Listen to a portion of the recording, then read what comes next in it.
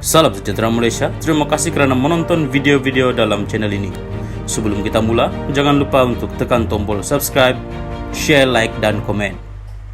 Let's go!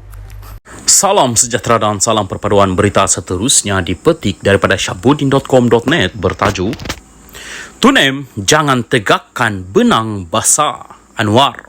Berita penuh, Tun Dr. Mahathir Mohamad diminta agar tidak mengelak daripada kenyataan sebenar tentang aset yang dimiliki oleh beliau dan keluarganya. Perdana Menteri Datuk Seri Anwar Ibrahim mendakwa umum sememangnya tahu kekayaan yang dimiliki oleh bekas Perdana Menteri itu. Tun M minta kemukakan bukti tak ada. Kalau anak ada pesawat, kapal dan ada syarikat berbilion-bilion, nak bukti apa lagi?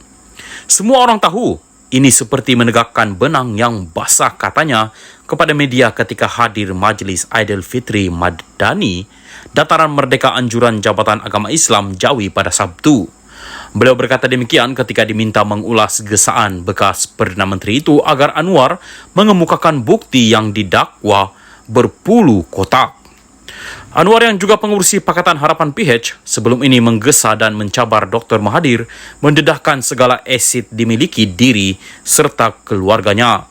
Bagaimanapun, bekas ahli Parlimen Langkawi itu memulangkan paku buah keras apabila mencabar Anwar untuk mendedahkan kekayaan dimilikinya ketika menjadi timbalan Perdana Menteri. Menjawab gesaan tersebut, Anwar berkata beliau tidak mempunyai masalah untuk berbuat demikian. Saya di antara orang yang mengisytiharkan harta dan dia, Dr. Mahathir, yang tidak.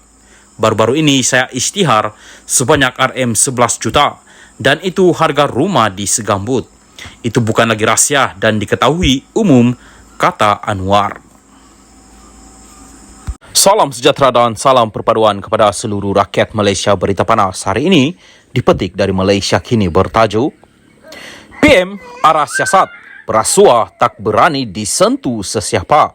Berita penuh, Perdana Menteri Datuk Seri Anwar Ibrahim mengarahkan pihak berkuasa khususnya Suruhanjaya Pencegahan Rasuah Malaysia SPRM untuk menyiasat pihak yang bertanggungjawab atas kerugian ditanggung negara akibat rasuah. Beliau berkata selain SPRM, agensi lain yang diarahkan termasuk Lembaga Hasil Dalam Negeri LHDN, Bank Negara Malaysia BNM dan Jabatan Siasatan Jenayah Komersial, Polis Diraja Malaysia PDRM mengambil apa saja langkah mengikut jalur perundangan untuk bertindak. Kita kena suarakan rasuah, tetapi saya tidak boleh biarkan petunjuk satu persatu melainkan arahan umum kerana ada orang-orang diketahui rasuah berbilion, dah puluh tahun tapi selamat, tidak berani disentuh sesiapa. Apa arti negara? Kekuatan undang-undang.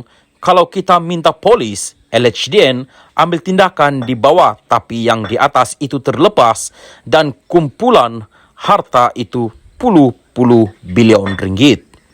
Itu sebab maka saya bagi arahan umum dan saya harap rakyat tak kira parti, tak kira kaum bagi sokongan terhadap tindakan ini, katanya selepas menghadiri program Aidilfitri Malaysia Madani Dataran Merdeka di Kuala Lumpur hari ini. Beliau berkata demikian ketika ditanya mengenai tindakan khusus bagi mencari pihak terlibat kes rasuah berikutan statistik dikeluarkan EMIR Research, iaitu Malaysia dianggarkan berdepan dengan jumlah kerugian sebanyak RM4.5 trilion dalam tempoh 26 tahun disebabkan rasuah dan ketirisan.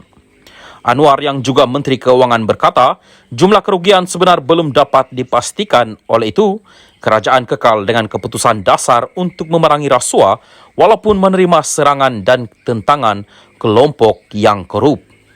Saya jadikan ini sebagai suatu keputusan dasar yang sangat serius, walaupun mendapat serangan ataupun percubaan kelompok-kelompok, terutama yang kaya tak apa, tapi yang korup, yang harta berbilion-bilion di dalam dan luar negara, yang menyorokkannya, itu mereka nampaknya kumpul kekuatan untuk lawan.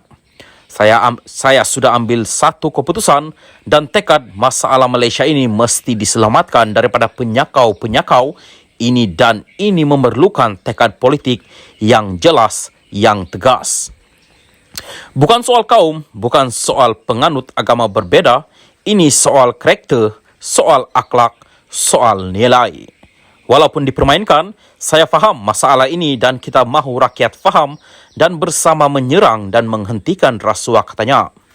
Program Aidilfitri Malaysia Madani Dataran Merdeka yang dianjurkan Jabatan Agama Islam Wilayah Persekutuan Jawi bersama gabungan masjid dan surau Jumaat di wilayah-wilayah Persekutuan serta Majlis Agama Islam Wilayah Persekutuan MAIWP itu menghimpunkan 120 masjid dan surau terpilih bagi menyediakan gerai jamuan dalam menyantuni tetamu daripada pelbagai lapisan masyarakat.